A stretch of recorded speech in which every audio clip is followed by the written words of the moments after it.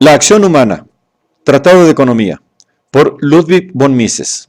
189. Cuarta parte. La cataláctica o la teoría del mercado. Capítulo 23. Los datos del mercado. 5. El periodo de ajuste. Todo cambio en los datos del mercado produce determinados efectos sobre el mismo. Se precisa un cierto lapso temporal para que esos efectos se produzcan, es decir, para que el mercado se ajuste completamente a la nueva situación. La cataláctica se ocupa de las reacciones deliberadas y conscientes de los diversos individuos a los cambios en los datos del mercado y no, naturalmente, solo del resultado final producido en la estructura del mercado por el juego de estas acciones. Puede suceder que los efectos de un cambio en los datos queden compensados por los efectos de otro cambio ocurrido, poco más o menos, al mismo tiempo y con la misma amplitud. En tal caso, los precios finales del mercado no registran un cambio considerable.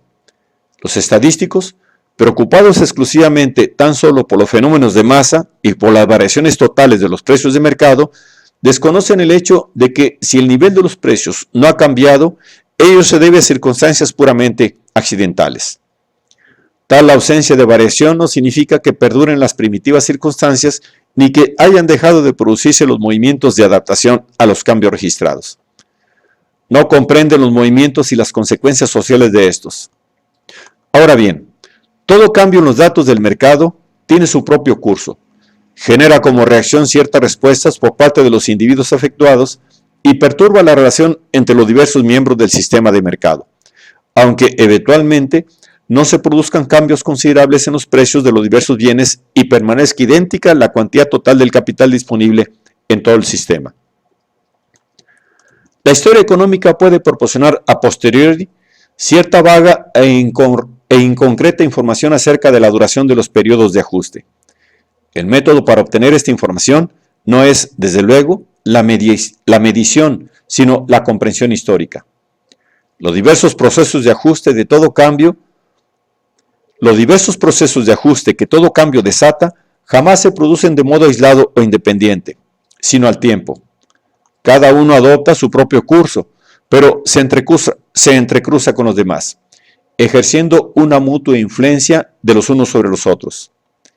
Desenredar tan complicada maraña, discernir y separar la cadena de todas esas acciones y reacciones provocadas por cualquier cambio, es ciertamente para la comprensión histórica una tarea difícil y de escasos y dudosos resultados.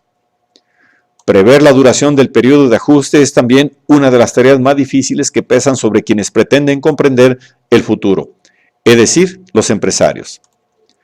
De poco sirve para triunfar en la actividad empresarial predecir meramente en qué sentido reaccionará el mercado ante cierto acontecimiento. Es preciso además predeterminar cuánto durarán los múltiples procesos de ajuste desencadenados por el cambio en cuestión. La mayor parte de los errores que los empresarios cometen al ordenar la producción y la mayoría de los fracasos de los expertos al predecir el futuro económico se debe a no haber sabido prever acertadamente la duración del correspondiente periodo de ajuste. Suele distinguirse entre los varios efectos provocados por todo cambio, los más inmediatos de aquellos otros temporalmente más alejados, es decir, los efectos a corto y a largo plazo. Esta distinción es, desde luego, mucho más antigua de lo que algunos modernos teóricos quisieran hacernos creer. Comprender los efectos inmediatos a corto plazo de un determinado evento no exige, por lo general, particular análisis. Suele presentarse con la máxima evidencia y difícilmente pasan inadvertidos ni siquiera al observador más imperito en materia económica. Pero la economía, como nueva ciencia, surge precisamente cuando unos cuantos pensadores geniales comienzan a sospechar que los efectos a largo plazo de los cambios económicos pueden ser muy distintos de los efectos inmediatos que todos, hasta los más torpes, observan.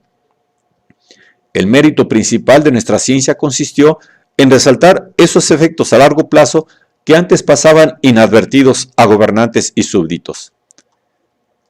De sus insólitos descubrimientos, los economistas clásicos dedujeron una importantísima norma de gestión pública.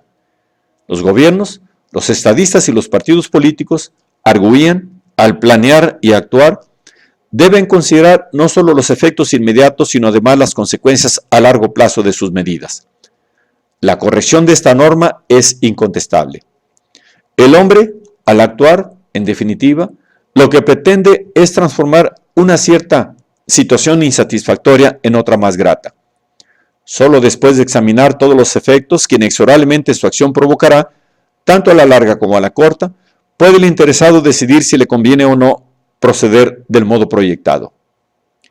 Se ha dicho que la ciencia económica descuida las consecuencias a corto plazo y que se preocupa solo por los efectos a largo plazo. El reproche carece de fundamento. Para comprender los resultados de un acontecimiento, el economista tiene que comenzar por examinar los efectos inmediatos del cambio producido y analizar sucesivamente las ulteriores consecuencias hasta llegar a los resultados últimos. El estudio de los efectos a largo plazo presupone invariablemente el examen de las consecuencias inmediatas del fenómeno de que se trate. Por razones obvias, hay individuos, partidos y grupos de presión que aseguran que solo interesan los efectos a corto plazo. La acción política, dicen, no debe preocuparse por las consecuencias a largo plazo. Las medidas que inmediatamente pueden producir resultados beneficiosos no deben rechazarse simplemente porque las consecuencias finales puedan ser nocivas. Lo que importa son los efectos inmediatos. A la larga, todos muertos. La economía, ante afirmaciones tan arbitrarias, se limita a recordar que al bienestar del hombre le conviene sopesar la totalidad de las consecuencias de sus actos, tanto las próximas como las remotas.